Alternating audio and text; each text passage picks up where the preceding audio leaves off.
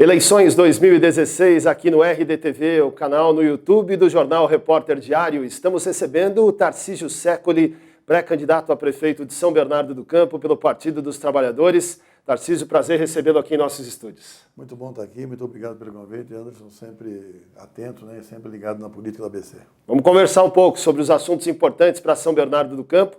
Tarcísio, que na atual gestão de Luiz Marinho teve várias atividades importantes, várias missões importantes, a última delas como secretário de Serviços Urbanos e tocando muitas obras em São Bernardo. Aliás, eu queria começar com isso, viu, Tarcísio? Porque muito se comenta na cidade sobre as obras possivelmente paradas, os recursos de Brasília que não vêm, o projeto Drenar, que pretende acabar com as enchentes em vários pontos da cidade, especialmente na região central, o piscinão da região central. Como é que estão essas obras, hein, Tarcísio? Olha, está absolutamente todas dentro do cronograma, né? Eu deixei a secretaria já há 2 meses, mas me mantenho sempre ligado e sintonizado com o prefeito Luiz Marinho.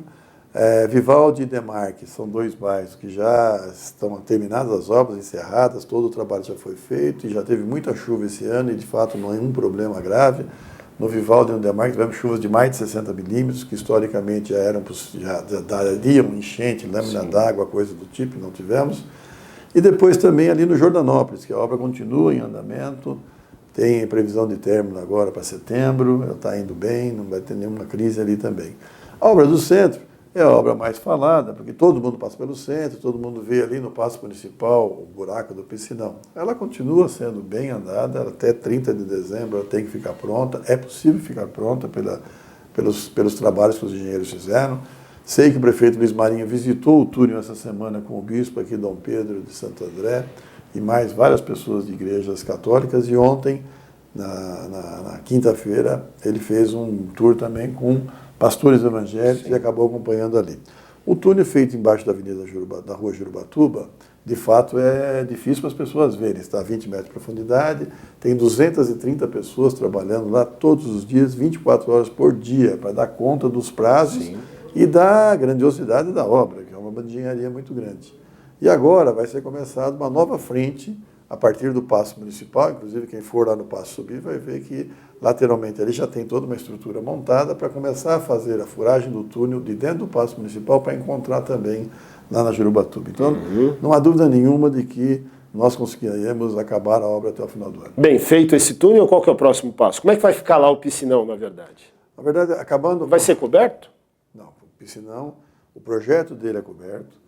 Quando nós concordamos com o DAEE, que é o Departamento de Água e Esgoto do Estado de São Paulo, que cuida das obras de macrodrenagem do Estado como um todo, nós só concordamos em fazer no Paço Municipal, porque eles também tinham uma outra possibilidade em outro terreno próximo ali. Só concordamos em fazer no Paço porque já era uma área pública, não precisava desapropriar, então diminuiu o custo da obra, e porque também houve a garantia do governador de que ele ia nos arrumar o recurso para fazer a tampagem, né, o tamponamento do piscinão. Ali é muito caro tampar aquilo, porque é um piscinão que tem 15.700 metros quadrados de área, e você vai fazer em cima, tem que transformar em cima, não é no estacionamento, coisa do tipo, porque esse você não precisaria de uma estrutura tão rígida. É que ali, historicamente, ali você faz a show de aniversário da cidade, virada do ano, é um local que sempre concentrou os protestos da cidade. Verdade. Então agora você põe gente em cima que vai balançando, então você tem que ter uma estrutura maior e melhor do que se fosse um estacionamento de veículos, por exemplo. Verdade. Então ali, o que o governador nos prometeu, 50 milhões de reais, que era o valor necessário para fazer o tamponamento, até agora não chegou ainda. Eu acredito que ainda vai chegar, porque sem esse dinheiro, ele não vai poder ser tampado. Então, o que nós estamos falando para dezembro é a obra em funcionamento. Então, chuvas já serão resolvidos, os problemas da chuva, em que pese não vai ficar o bonitinho ou ter o estacionamento do passo de novo. Assim que chegar esse dinheiro do governador, nós podemos encerrar a parte de cima, fazendo sem nenhum problema, mas já sem ter o risco das enchentes. Muito bem. Vou conectar essa experiência administrativa com o surgimento da pré-candidatura e essa vivência que você está tendo de conversar mais com a população, de se aproximar do povo, de ver as demandas, de colher as demandas e as sugestões das pessoas. Como é que está sendo essa experiência para você? E o que você projeta aí, até para o início da campanha, já que nesse mês de agosto, oficialmente pelo calendário, aí já vai poder pedir voto, né? A partir de 16 de agosto, sim.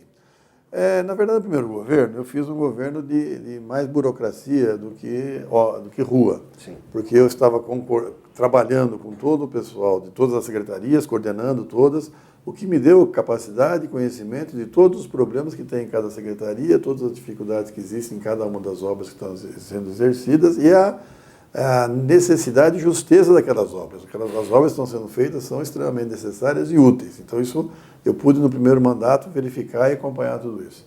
No segundo mandato, eu fui para a rua para fazer 2 grandes projetos, né? Que era o Drenar, um que nós já falamos, e a coleta seletiva, que é um projeto importantíssimo para o futuro da cidade. Está implantado na cidade toda já? Está implantado na cidade toda, começou com uma ida por semana dos caminhões passando nas casas das pessoas, já tem vários bairros, nós estamos colocando 2 idas já, 2 vezes passa o caminhão por semana, para ir recolhendo. O que precisa é mais gente se incorporar nisso e fazer a reciclagem. Fazer essa reciclagem. Então, isso aqui me obrigou, até para poder debater isso na cidade, a ir para todos os cantos e discutir com muita gente. Seja para explicar as obras de drenagem, em cada um dos bairros que teve, até porque quando você faz obra tem problema. Não é? Lá no Vivaldi, nós fizemos 20 mil metros de microdrenagem, quebrando rua e tal. Então, reúne a população. Algum reflexo sempre tem. Não, e reúne a população, explica, fala. Aqui na obra do centro, eu cansei de fazer reunião com os lojistas da Jurubatuba e vários outros. E para apresentar a coleta seletiva, muitos bairros com várias reuniões. Então, eu já estava nesse processo de aproximação e de contato muito grande com a nossa população e andando pelos todos os bairros da nossa cidade. Agora só se intensificou. Sim. Isso aqui, a partir do momento que vem a minha pré-candidatura, eu começo a participar mais, a visitar mais, a encontrar mais pessoas, mas aí não só para debater um projeto específico, seja drenar, seja obra de reciclagem, mas para discutir o futuro da cidade. Sim. Então também incorporar nessa conversa perspectivas de futuro, porque o prefeito Luiz Marinho fez 2 mandatos, não pode mais ser candidato, até a oposição disse que foi o melhor prefeito que São Bernardo já teve, número de obras impressionante, porque nós construímos de fato isso, mas nós temos que conversar para a cidade, para dizer isso, não é que se encerrou um ciclo e acabou. Nós planejamos a cidade, como nós sempre dissemos, para 20, para 30, para 40 anos no futuro. E as etapas que o prefeito cumpriu. Outras precisam ser cumpridas para que isso leve São Bernardo para, de fato, a ter futuro. Então, os corredores de ônibus, por exemplo, nós temos 13 em execução, tem 9 ainda para ser feitos, os projetados. Mesmo que a gente tivesse todo o recurso do mundo, tivesse tudo certo, não dá para começar 12 corredores ao mesmo tempo. Com os 3, nós já temos um lado da cidade relativamente parado, porque é difícil, tem problema e reflexo no trânsito. Verdade. Então não podemos começar com os outros 3, os outros 9. Então, assim, nós temos etapas que têm que ser cumpridas e têm que ser realizadas. Então, esse debate com a população, eu tenho sido extremamente bem recebido e as pessoas compreendem que, de fato, precisa continuar avançando nessas mudanças. São mudanças significativas e importantes para São Bernardo do futuro. Agora, isso vai ser decisivo na hora do voto? Nós estamos numa eleição municipal, às vésperas de uma eleição municipal, a primeira depois dos grandes protestos, do processo de impeachment, de toda uma efervescência da política nacional. E eu queria saber de você qual a tua avaliação em relação à interferência disso na eleição municipal. O que vai fazer a diferença, se isso interferirá de maneira decisiva ou não na sua avaliação, do seu ponto de vista? Anderson, eu tenho dito o seguinte, quando nós fundamos o PT, houve muita resistência de muita gente, mais do que agora. Mais do que agora. Era uma resistência muito mais difícil do que agora. Tem problemas agora? Tem. Mas em Brasília, quem já fez lá, errou, já está pagando seus erros. As pessoas, quando você vai disputar eleição municipal, elas querem saber quem é que vai fazer a regularização fundiária, que é o título de posse que ela vai poder ter do imóvel dela. Isso está em jogo. O cara fala, bom, esse governo fez. Nunca na história de São Bernardo tinha tido. Nunca antes em São Bernardo. Lembrando o ex-presidente. Tinha tido um título de regularização fundiária. O cara fala, bom, quem está fazendo é esse povo aqui. Nós já entregamos 4.700, o prefeito vai entregar mais 6.000 esse ano ainda, acaba ainda do mandato dele. 15.000 em andamento, e no orçamento participativo desse ano, mais 11 regiões pediram e nós estamos incorporando regularização fundiária. Começamos na Vila São Pedro, 10.000 moradias. Na prática é o cara ter a propriedade do local onde ele mora. Registrada no nome dele. Isso aqui pesa muito, mas não é isso só o decisivo. Estou dizendo, o nacional não interfere tanto numa eleição municipal, porque aqui interessa as coisas do dia a dia. A pessoa quer saber o seguinte, antes não tinha nenhuma UPA até 2008. Hoje tem 9. Nós reestruturamos todas as UBSs, criamos mais duas, antes não tinha essas duas. Nós colocamos mais 3.600 trabalhadores na saúde. Sabe lá o que é isso? 3.600 trabalhadores a mais na saúde. Então você tem um conjunto de coisas. O prefeito vai entregar até dezembro mais 7 creches. Entregou 2 esse mês e tem mais 6 para ser entregue agora. São 8 que vai entregar esse ano. Então as pessoas estão vendo as coisas acontecer e estão vendo que aqui a gente faz, a gente não promete, a gente se compromete, aprovou no orçamento participativo, vamos fazendo. Falei dos corredores. Né? Então aqui, para falar nisso, para falar em processo de habitação, você sabe quando nós chegamos aqui, tinha uma única ação na habitação, que era a construção de 80 apartamentos lá no Conjunto Tiradentes, lá no final da cidade, lá no canto, parados. Começou e parou. Nenhuma família estava sendo ativada. Hoje nós temos ações em 137 áreas, que envolvem 67 mil famílias. Então nós saímos de 80 famílias para 67 mil famílias atendidas. Isso aqui é muita coisa, e as pessoas reconhecem, porque é regularização, urbanização, regularização fundiária e construção de moradia. Você está falando, estou lembrando dos alojamentos, né? Quando o prefeito Luiz Marinho assumiu, a gente acompanhou aqui, tinha gente há muito tempo morando em alojamento. 7 alojamentos. Mas você vai no Silvina hoje, você olha lá, você vê o que é a transformação daquilo lá. Várias áreas de risco foram tiradas, nós tiramos muita gente, estamos verticalizando ali, já entregamos 59 apartamentos, vai entregar mais um tanto agora. Você está mudando a cara do bairro, dando qualidade de vida para as pessoas. Isso implica na eleição. Isso a pessoa olha e fala e reconhece. Porque eu encontrei nas minhas andanças, aí que você citou, uma senhora que agora está morando no Três Marias. Ela era da favela do IP. Eu perguntei, e aí, tá bom lá? Ela falou assim, ó, só pelo fato de, às noites, não ter mais os ratos passando por cima da gente quando a gente estava dormindo, já estou no paraíso. Tá vendo? Então, você vê como é que é. As pessoas são gratas a isso. Óbvio que como ela já resolveu um problema mais grave de moradia, ela já emendou com uma demanda. Porque é assim, você faz uma coisa e tem sempre novos desafios. Mas isso é bom também, né, Tarcísio? Esse exercício assim, de cidadania, claro, né? Claro, porque assim, ela já tem uma moradia adequada, já está pagando a parte dela, que muita gente acha que é doado e não é. Tem lá uma partezinha que a pessoa tem que pagar por 10 anos, 10% da sua renda para ficar com os imóveis.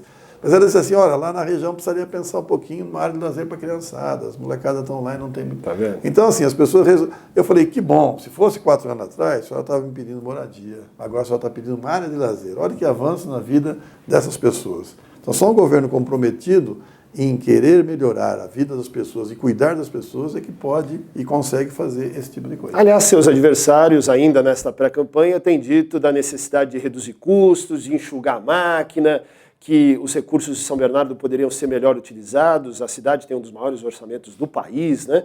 Queria que você falasse um pouquinho disso. Quais são os desafios do futuro em meio à crise econômica? Todos os municípios estão sofrendo um pouco com redução de arrecadação. O que dá para projetar? Você pretende, se prefeito de São Bernardo, também ir nessa linha de enxugamento, de redução de despesas? Quando os adversários te falarem isso, precisa perguntar onde eles gastariam melhor o dinheiro. Porque nós estamos gastando em educação, gastando na saúde, em habitação das pessoas e mobilidade, que é o que precisa. Eu não consigo ver gasto melhor do que esse.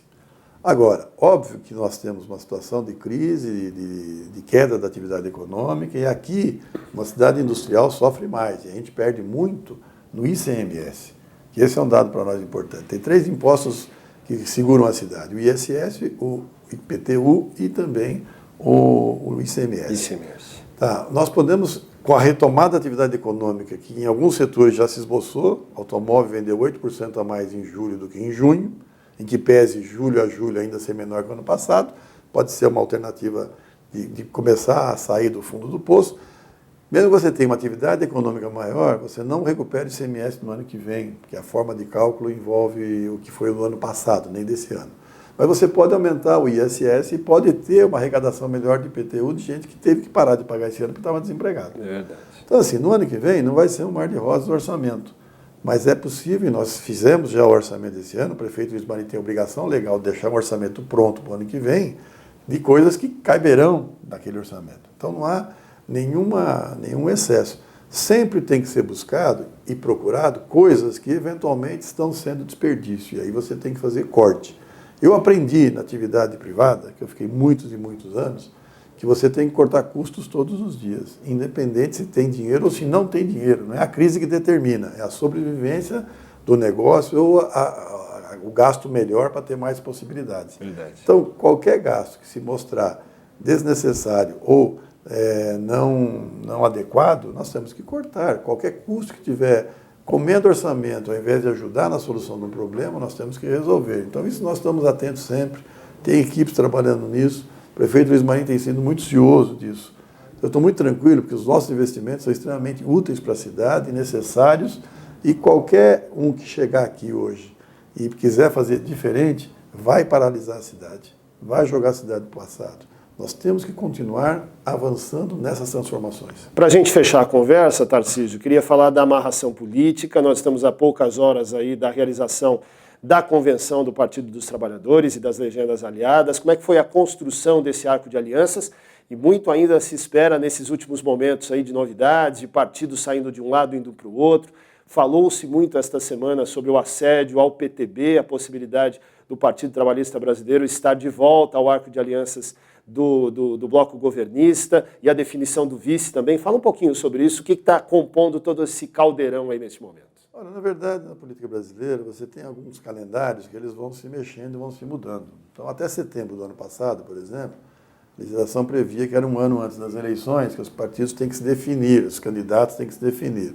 Naquele momento, houve uma dança de cadeiras, e muita gente mudando de partido, muita gente mudando, inclusive, de composições. Gente estava conosco, resolveu ir embora. E gente que tinha ido embora, resolve ir conosco. Então, isso faz parte da política brasileira. Agora, depois mudou a legislação, virou só 6 meses, então também volta a ter o problema nos 6 meses. E agora, nesse processo, há uma disputa que acontece. Por exemplo, um adversário levou o PV embora. O PV estava com a gente, historicamente, desde 2008. Então, houve um assédio e o PV foi embora.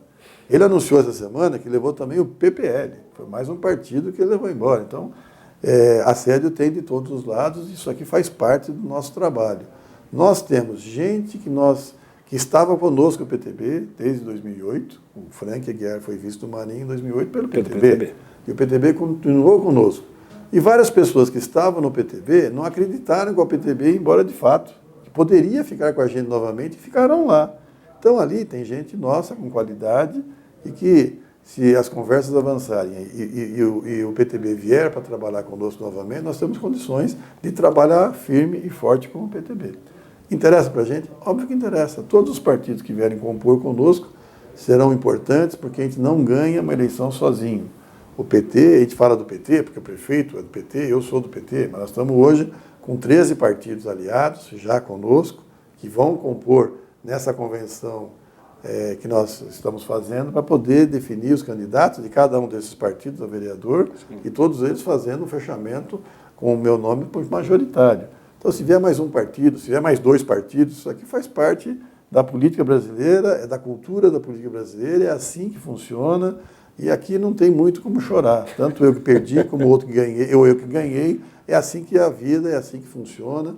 E o que eu espero é que a gente possa fazer a melhor composição para garantir o melhor trabalho nos próximos 4 anos, porque a cidade de São Bernardo, de fato, vive um momento muito importante de transformação e que não pode parar. Legal. Tarcísio, foi muito bom recebê-lo. Obrigado pela gentileza. Esteja conosco em outras oportunidades aqui no RDTV e boa sorte aí nesta campanha, que certamente vai ser bastante dura. Um abraço e dê o seu recado final a quem nos acompanha. Não, Anderson, sempre é bom estar aqui falando com vocês, as perguntas sempre pertinentes que vocês fazem, né? Isso acho que é muito bacana, é muito positivo. Obrigado. E coloco à disposição para depois das convenções também voltar a conversar, dialogar com vocês e poder estar explicando e falando que nós vamos, de fato, tocar na cidade, fazer na cidade, avançar nas mudanças que nós já estamos fazendo. Muito obrigado a todos. É isso. Aqui no RDTV você tem muita informação, também no nosso portal, repórterdiario.com.br. Lá você pode ver outros vídeos, outras entrevistas. Até a próxima. Um abraço.